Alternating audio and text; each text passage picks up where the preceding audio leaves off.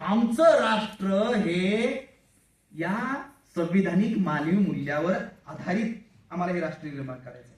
आणि त्याच्यामुळं संविधान जे आहे हे संविधान, आम्ही संविधानवादी आहोत, काही लोक संविधान विरोधी आहेत. विजय सत्याचाच होणार आहे. जे संविधानाच्या विरोधी ते राष्ट्रविरोधी, ते देशविरोधी, हे समाज जीवनात आपण कायम लक्षात ठेवलं पाहिजे, प्रचार केलं पाहिजे. त्यामुळे आम्ही संविधानिक सामाजिक न्यायाच्या दिशेनं, सोशल जस्टिसच्या बाजूनं आम्ही काम करणार. कसं करणार आहे?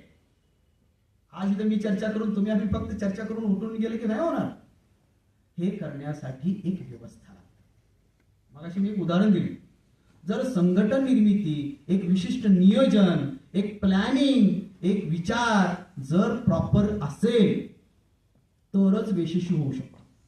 शत्रूची धोरणं चुकीची आहे, शत्रूचे विचार चुकीचे आहे, त्यांची विचारधारा चुकीची आहे, त्यांची नीती चुकीची आहे, तरी पण ते शिस्तीत आणि वेल प्लॅन्ड आहे आणि म्हणून ते त्रासदायक ठरत आहेत.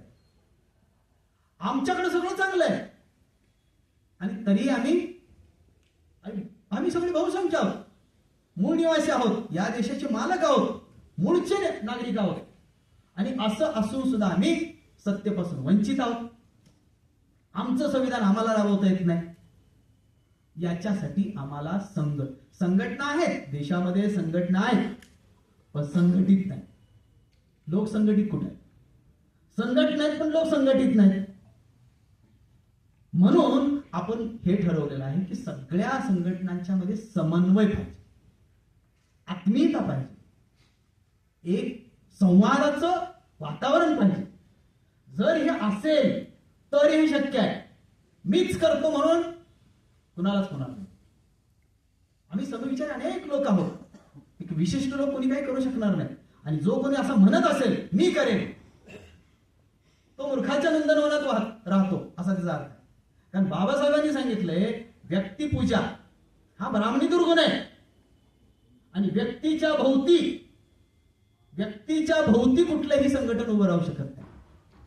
जोपर्यंत व्यक्ती आहे तोपर्यंत संघटन, व्यक्ती संपला संघटन संपलं. त्यामुळे संघटनेची एक चौकट आम्हाला या देशामध्ये उभी करावी लागेल.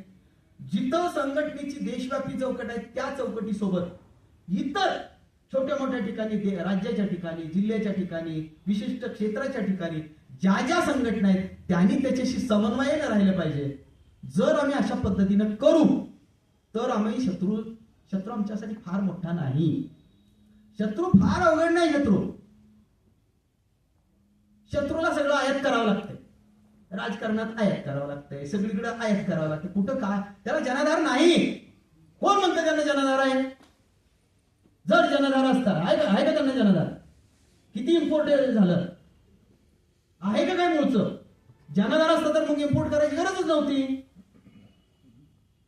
आपला समज आहे की शत्रू ताकदवार आहे, शत्रू पूर्ण पोकळ आहे. माझं स्पष्ट मत आहे. त्यांच्याकडे जनाधारच नाही. शत्रूला कुठे तुम्ही जा, कुठेही जा. मी एकदा नगरला गेलो होतो मॅडम. मी 3 वर्षापूर्वी 2023च्या अगोदर मी म्हणजे राज्याध्यक्ष या नात्याने फिरत होतो. 13-14 जिल्ह्यामध्ये मी दौरे केले. काही ठिकाणी मिटिंग झाली. नगरमधल्या मिटिंगचा किस्सा सांगतो. सगळेजण विद्वान, सगळे वेगवेगळ्या चळवळीतले लोक, सगळे 15-20 जण आम्ही बसलो होतो. नाही सर होणार नाही म्हटले. ते ईव्हीएम त्यांचं आहे, ते असं आहे, तसं आहे. मी त्यांना एक विचारलं की या नगरमधले सगळे मोबाईल गोळा करूया आणि बिना पैसा घेता त्यांच्या बाजूनं मोबाईलवर प्रचार करतात असे किती मोबाईल सापडतील? 5-50 कसे तरी सापडतील. आणि आपल्या बाजूनं संविधानिक मूल्याला धरून त्यांच्या विरोधात प्रचार करणारे असे मोबाईल किती सापडतील? म्हटलं 2-4 हजार तरी सापडतील. म्हणले जनतेचा कौल काय? जनाधारच नाही त्यांना. बाकी जे काय गोळाबेरीज करतात हा वेगळा भाग आहे, तर तो वेगळा चर्चेचा पण विषय आहे. पण एक गोष्ट आपण लक्षात पाहिजे, विषारी विचारांना जनाधार नसतो. आणि त्यासाठी आपली 2 आता आपल्या पुढे काम आहे. जनतेचं प्रबोधन करणं, जनतेलाही समजावून सांगणं. मगाशी म्हटलं की जनतेला पैसा लागतो वगैरे सगळं. जनतेला जर समजावून सांगितलं तर जनतेत पण बदल होऊ शकतो. आणि निराश होऊन किंवा निगेटिव्ह विचार नाही कधी होणार हे सगळं. बाबासाहेबांच्या वेळेला एकटेच बाबासाहेब होते, लढत होते एवढ्या मोठ्या शक्तीबरोबर. फुले साहेब एकटे लढत होते.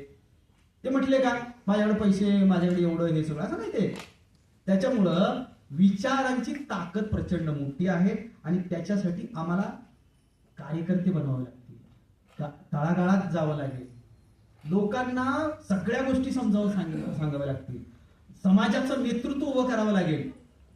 कॅरिस्मॅटिक लिडरशिप नावानं कुठं काही आता होणार नाही. ज्या चळवळी, ज्या संघटना, जे लोक व्यक्तीच्या नावानं ओळखल्या जातात, पुन्हा एकदा सांगतो मी, ज्या चळवळी व्यक्तीच्या नावानं ओळखल्या जातात त्या चळवळी संघटना नाही. ज्या संघटनेची ओळख संघटनेच्या नावानं होते त्या संघटना आहेत. ज्या संघटना व्यक्तीच्या नावानं ओळखल्या जातात त्या फक्त व्यक्तीच्या भोवतीचा एक जमावडा आहे, फक्त एक घोळका आहे, घोळका. संघटन शास्त्रातलं तिथं काहीच नाही. त्याच्यामुळे उद्देश, विचारधारा, रणनीती, कार्यकर्ता, नेतृत्व, हे नेतृत्व खूप मागे येतं, 3, 4, 5 नंबरला येतं. नेतृत्व हे संघटनेच्या उद्दिष्ट परिपूर्तीसाठी काम करत असतं. नेतृत्वासाठी संघटना नाही काम करत. ही बाबा अजून नाही समजलेली बऱ्याच जणांना. ही समजावून सांगावं लागेल. नैतिकता, चारित्र्य ह्या गोष्टी खूप बेसिक आहेत फुले आंबेडकर आंदोलनामध्ये. काय फुले मी तुम्हाला माझी व्यक्तिगत आठवण सांगतो. नेहरूंचं चरित्र वाचलं, सगळ्यांचं वाचलं, सावरकरांचं पुस्तक वाचलं, सोनेरी पानं वाचलं, अनेक गोष्टी वाचल्या, बाबासाहेब वाचले, फुले साहेब वाचले. काय लिखाणाचं कौशल्य काय आहे त्यांचं, आहे ना. मग का वरचढ ठरतात हे लोक? मग फुले आंबेडकरच वरचढ का ठरतात? कुठं ठरतात? एकाच गोष्टी, नैतिकता आणि चारित्र्य. नैतिकता आणि चारित्र्य इथं ती वरचढ ठरतात.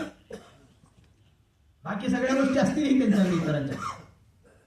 आणि म्हणून असं म्हटलं जातं की फुले शाहू आंबेडकरी आंदोलन हे चरित्र निर्माणाचं आंदोलन आहे. आणि या चरित्र निर्माणाच्या आंदोलनामध्ये जी नेतृत्व चारित्र्यवान निपजतील तीच समाजाचं नेतृत्व करतील आणि तीच या ब्राह्मणवादाला उत्तर देतील आणि त्यांना नेस्तरवत करू शकतात. ही गोष्ट आम्हाला डोक्यात ठेवावं लागेल आणि त्या आधारे चालावं लागेल. अशा आंदोलनासोबत आपण राहावं लागेल, तर सहज आमचा विजय शक्य आहे. आणि म्हणून आज या निमित्तानं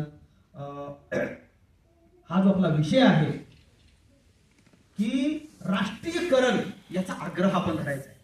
त्याच्यासाठी राष्ट्रीय कन्सेप्ट आपल्याला सांगायची आहे. त्याच्यासोबत राष्ट्र हे निर्माण होण्यासाठी राष्ट्रीयकरणाची गरज काय हे सांगावं लागेल. ज्या वेळेला राष्ट्रीयकरण होतं त्यावेळेला सगळ्या संपत्तीचं नियंत्रण लोकांच्या हातामध्ये असतं आणि लोक स्वतःच्या कल्याणासाठी त्या गोष्टीचा उपभोग करून घेतात. रेल्वे लोकांसाठी, जोपर्यंत ती लोकांच्या हातात होती तोपर्यंत आपली. आता ती इतरांच्या हातात जाईल त्यावेळी आपली नसणार आहे, लोकांची नसणार आहे. म्हणून राष्ट्रीयकरणाची गरज आहे. शेतीचं वेगवेगळ्या गोष्टीचं राष्ट्रीयकरण, याचा आग्रह कोणाला वाटत असेल की होणार नाही, पण होऊ शकतो. या अनुषंगानं आपण शत्रूला किंवा चुकीच्या विचारधारेला परास्त करू शकतो. या आत्मविश्वासानं, परत एकदा सांगतो, बाबासाहेब असं म्हणतात, आत्मविश्वासासारखी दुसरी शक्ती या जगामध्ये नाही. आणि जो असं होऊ शकत नाही असं म्हणतो तो बाबासाहेबांचा अनुयायीच नाही. बाबासाहेबांनी मांडलेला राज्य समाजवाद जो यशस्वी होऊ शकत नाही असं म्हणतो, झालं नाही यशस्वी. बाबासाहेबांनी आग्रह धरला, शेवटी काँग्रेसला ते स्वीकारावं लागलं. एकत्र भले उशिरा पण स्वीकारावं लागल्या काही गोष्टी, म्हणजे यशस्वी झालं. आपणही ते करू शकतो. या आत्मविश्वासानं या गोष्टी समाज जीवनामध्ये आत्मविश्वासानं प्रभावीपणे आणि जोरकसपणे आपण समाज जीवनामध्ये प्रचार करण्याचा सर्वांनी प्रयत्न करूया. आणि या प्रयत्नातूनच आम्ही राष्ट्रवादी आहोत किंवा राष्ट्रप्रेमी आहोत हे सिद्ध करूया, एवढं मी या ठिकाणी आवाहन करतो. आणि